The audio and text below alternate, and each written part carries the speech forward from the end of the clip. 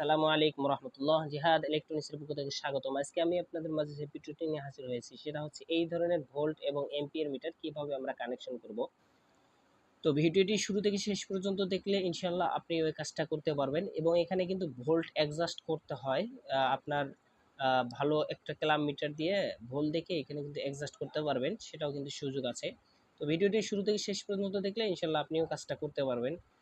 তো ভিডিওটি শুরু করার পূর্বে একটা ছোট্ট রিকোয়েস্ট, যারা এখন পর্যন্ত আমার চ্যানেলটি সাবস্ক্রাইব করেনি তারা সাবস্ক্রাইব করবেন, আর যারা সাবস্ক্রাইব করেছেন তাদেরকে অসংখ্য ধন্যবাদ।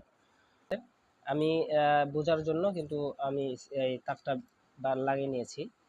তো আমরা এখন এই যে প্লাসে লাগিয়ে দিলাম, অর্থাৎ লাল এবং হলুদ তারের মধ্যে আমরা লাগাইছি, ঠিক আছে। এখন আমাদের মাইনাসটা কোথায় লাগাতে হবে? মাইনাসটা লাগাতে হবে কালোটায়, ঠিক আছে। মাইনাসটা কোথায় লাগাতে হবে? কালোটায়। আমরা এখন যদি কালোটায় লাগাই, দেখেন আমাদের কিন্তু ভোল্টমিটারটা